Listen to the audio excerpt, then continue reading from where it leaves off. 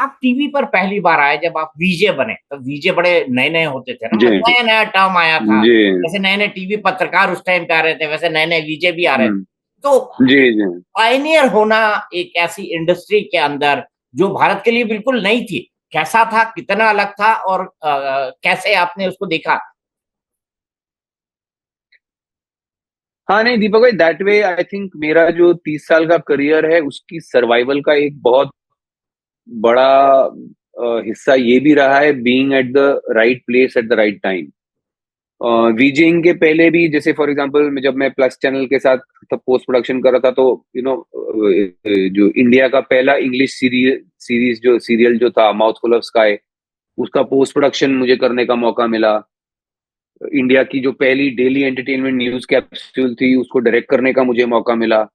Television पे जो आती थी मूवी क्लब न्यूज, जो दूरदर्शन के चैनल पे आती थी, 15 minute capsule every day, 7 days a week.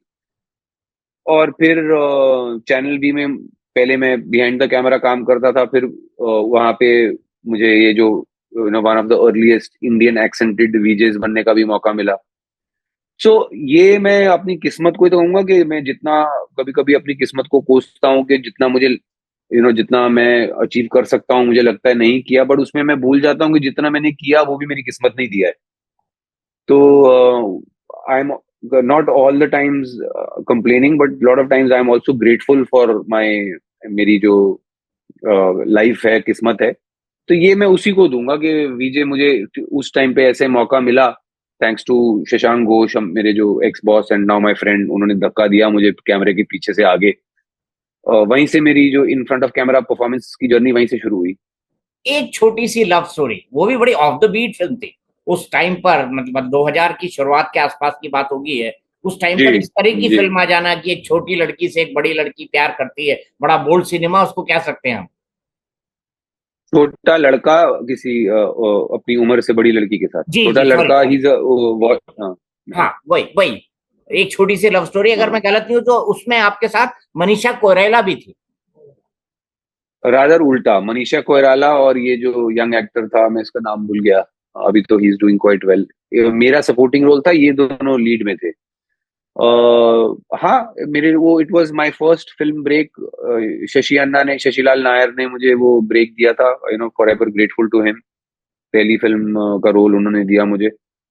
तो for me it was a big deal, because मैं तब वीजिंग कर चुका था, थिएटर कर चुका था एक प्ले, और वो प्ले देखकर ही उन्होंने मुझे ये ब्रेक दिया था फिल्म में।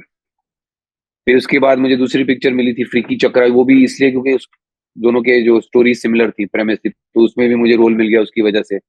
फिर जिस्म की, फिर खोसला का सॉरी, पी बीच में लक्ष्य भी की, फिर अच्छा। खोसला का घोसला की, प्यार के साइड इफेक्ट्स की, खोसला का घोसला और प्यार के साइड इफेक्ट्स से you can say I got on the map.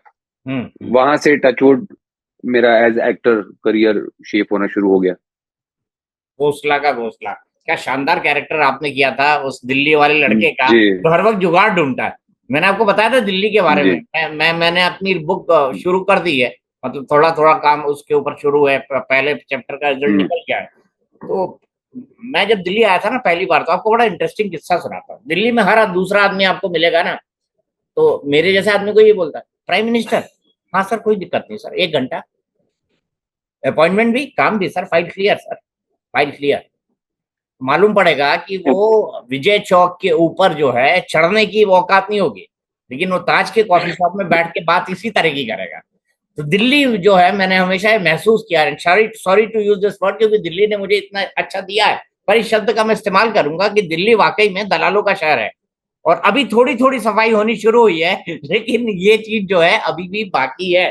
तो वैसे तो मैंने आपको बड़े सारे जोक सुनाए, वो ज्ञानी जी वाला भी एक सुनाया था ना, ऐसे मेरे पास बहुत हाँ बहुत सारे हाँ। बहुत बहुत सारे जोक है, लेकिन सब सेंसर हो जाएंगे। 2 लोग उसमें ऐसे भी हैं जो अभी जीवित हैं, उन्हीं से जुड़ा हुआ ये जोक है, तो मैं अभी वो नहीं सुनाता। लेकिन हाँ, चलते चलते मैं आपसे 2-3 चीजें जानना चाहूंगा।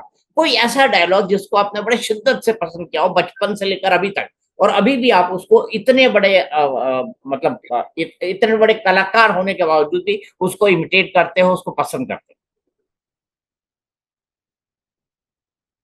हाँ हाँ बिल्कुल है। देखिए, मैं I don't know if you know, मेरे फादर भी हिंदी फिल्म प्रोड्यूसर थे, सो आई ग्रू अप, छोटे प्रोड्यूसर थे, so I grew up on the fringes of the Hindi film industry. तो हम बहुत मजाक उड़ाते थे फिल्मों में, ये खास करके ये जो हीरो वगैरह जो पेड़ों के आसपास डांस करने, डांस करते हैं। अजीब डांस करने, पीटी वाले, और सेब गिर रहे हैं, इन चीजों का मजाक उड़ाते थे, और फिर कुछ कुछ फनी डाले। तो एक हमारी फेवरेट पिक्चर होती थी बचपन में, जिसका नाम था ज्वेल थीफ, जी जी। देवानंद साहब की। देवानंद साहब या। ज्वेल थीफ, वो मैंने कोई 50-100 बार वो पिक्चर देखी होगी वो।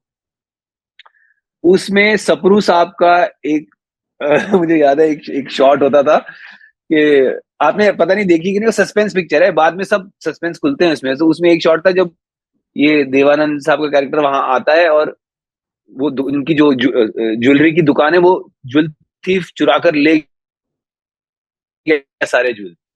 तो साहब का ये शॉट होता था उसमें, कहते थे मैं लुट गया। तो हम लोग ये बहुत देर तक कॉपी करते रहे। जब कभी कुछ हो जाए ना, जैसे मेरे खाने के डब्बे गए वहां से, बिग बॉस हाउस से, तो इमीडिएट होता है मैं लुट गया। ना, तो ऐसे कई हैं हम लोग करते थे, ये मुझे सबसे ज्यादा जो याद है। और आप आपके थिएटर का कोई ऐसा डायलॉग जो आइकॉनिक हो, क्योंकि मैं बहुत ज्यादा थिएटर देखता नहीं, और थिएटर आपके आईपैड या इस पे तो आता नहीं। पढ़ा आपका, मुझे प्ले देखने जरूर आना है सितंबर के अंदर, और उसकी मैं तैयारी जी। बिल्कुल पूरी करके रखूंगा, और आपका शो किसी भी परिस्थिति में मैं देखने आऊंगा। मुझे बताइए कि थिएटर में आपको सबसे बड़ा आइकॉनिक डायलॉग को, मैं आपके उसकी बात नहीं कर रहा हूँ, लेकिन ऐसा होता है ना, जैसे हम जर्नलिज्म में कुछ लोगों को पढ़ पढ़ के हम्म। बड़े हुए हैं, कुछ लोग जो हमारे आइडल थे वो हमारे बॉस ही बन गए, उनसे हमने बहुत कुछ सीखा। जैसे मैं एसपी सिंह का नाम लूंगा, हम्म। मेरे साथ मेरे लाइफ मेरे करियर को हम्म। बड़ा संवारा। अजय चौधरी ने, कई सारे और हम्म। इस तरह के लोग थे। उदय शंकर जो स्टार प्लस के सीईओ रहे, वो काफी टाइम हमारे बॉस हम्म। रहे। तो ऐसे कई सारे लोग हमारे साथ रहे। तो आप मुझे बताइए, ऐसा कौन है जिसको देखकर आपको ऐसा लगता है?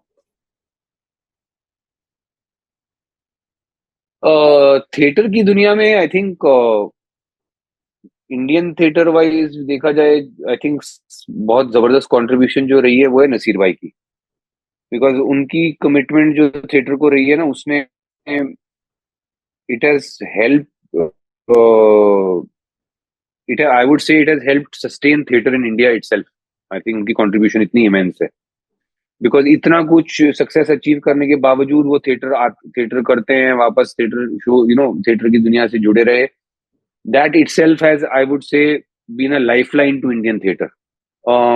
और बहुत लोग हैं जिनको ये श्रेय जाता है कि इंडियन थिएटर सीन अलाइव रखा है, जो are not so, who are not so known.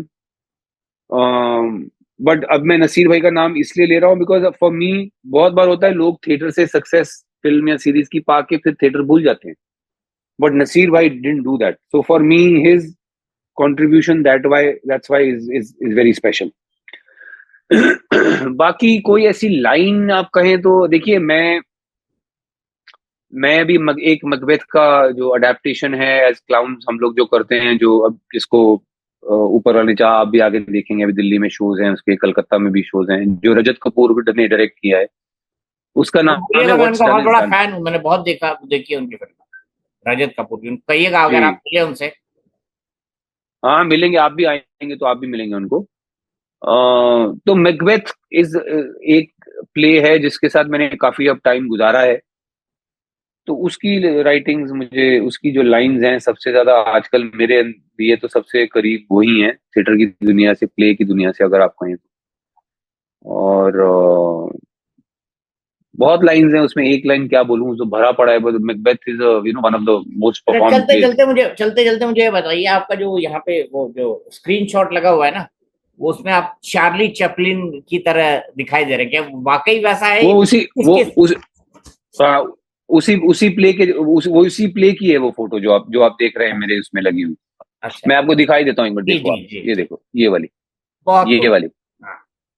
और ये हाँ, पूरा ये आपका उसी प्ले मेकअप से है? है। जी जी जी, पूरा क्लाउन मेकअप होता है उसमें, हम लोग ऐसे ब्लैक एंड व्हाइट कपड़े पहनते हैं। आप आके देखिएगा, आपको बहुत मजा आएगा प्ले देखने आखिरी चीज, what do you make miss the big boss most? सबसे ज्यादा बिग बॉस का क्या मिस करते हैं?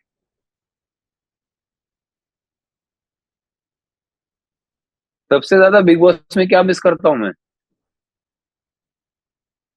आई थिंक लोगों को, सबसे ज्यादा वहां के लोगों को मिस करता हूँ।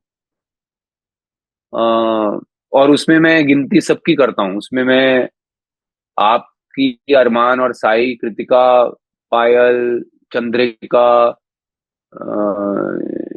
नीरज, आपके मोनिशा, हाँ इन सब की तो करता ही। मैं वही कह रहा हूँ, एक साइड पे ये लोग जिनके साथ मेरी ठीक ठीक वीक बनी भी, और लेकिन दूसरी साइड दूसरे भी लोग, चाहे लवकेश हो, विशाल हो, शिवानी हो, मकबूल हो, या सुल्तान हो, निजी हो, सबको मैं लोगों को मिस करता हूँ बस। उधर वो एक रह जाता है ना कि 1-1.5 महीना आप इनके साथ रहे हो, हाँ आई नो। किसी को अनसेरेमोनियसली आपने जाते देखा, किसी किसी के साथ आपकी, आपको बाद में शायद लगता है कि यार ये मिसअंडरस्टैंडिंग इस वजह से थी, शायद बिकॉज हम लोग शो पे थे, हो सकता है रियल लाइफ में ऐसी मिसअंडरस्टैंडिंग ना हो, ये ख्याल रहते हैं। तो ये वाली जो टी शर्ट है ना मेरी, आप देख रहे हैं ना? की फर्क पैंडा है। हाँ तो ये वेरी जिस दिन आप नाइस। दिल्ली आएंगे मैं आपके लिए स्पेशली बनवा के प्रिंट करवा के रख रहा हूँ। अरे so sweet, thank you so much. आपने और ऑलरेडी मटन मटन बियर और रबड़ी देके मेरा दिल आपने ऐसा जीत चुके हैं ऑलरेडी आप। मैं सोच रहा हूँ जियो अब आपको सिनेमा का कुछ और नाम देने लिख की के, जरूरत। जियो सिनेमा, बिग बॉस हाउस, ये सब नाम लिख के आपको एक अंडे की ट्रे पहुंचा ही दूं। अरे प्रभु, अंडों की अब कोई कमी नहीं है यहाँ, आपको तो अभी लाके 3 अपने सर पे फोड़ लेता हूँ आपके शो के लिए। चलिए रणवीर भाई, बहुत टाइम दिया आपका, कोई, बहुत मजा आया। हाँ ऑफ कोर्स, सभी लोग प्लीज लाइक करिए, शेयर करिए और सब्सक्राइब करिए दीपक भाई के चैनल को। और रणवीर और भाई के उसके चैनल को भी। बाद, हाँ, और उसके बाद मेरे चैनल को भी। हाँ अब हम सब यूट्यूब वासी हैं बिग बॉस हाँ, हाउस के बाद। हम सोच रहे हैं कुछ रात के लिए, रात आधी रात वाला कंटेंट भी बनाए, वो वाले, वो जो लैंग्वेज होती है ना, वो वाली मैं सोच रहा हूँ रणवीर भाई, शुरू कर दें हम एक ऑल इंडिया बी मैंने बंद कराया है, कि ऑल इंडिया बी हम शुरू कर देते हैं। चलिए कोई बात नहीं, इस बारे में सोचेंगे जरूर। अभी आप शो ये खत्म होने के बाद आपकी पिटाई होने वाली है, मैं चलता हूँ। ये ठीक बोला है है। जो आपने ना, अब आपकी पिटाई होने वाली है, चलिए। अरे सर, अब पीट ओके, पाट बाय के बाय सब बाय। कूट काट ही गया, बचा क्या है अब, और पीट ले।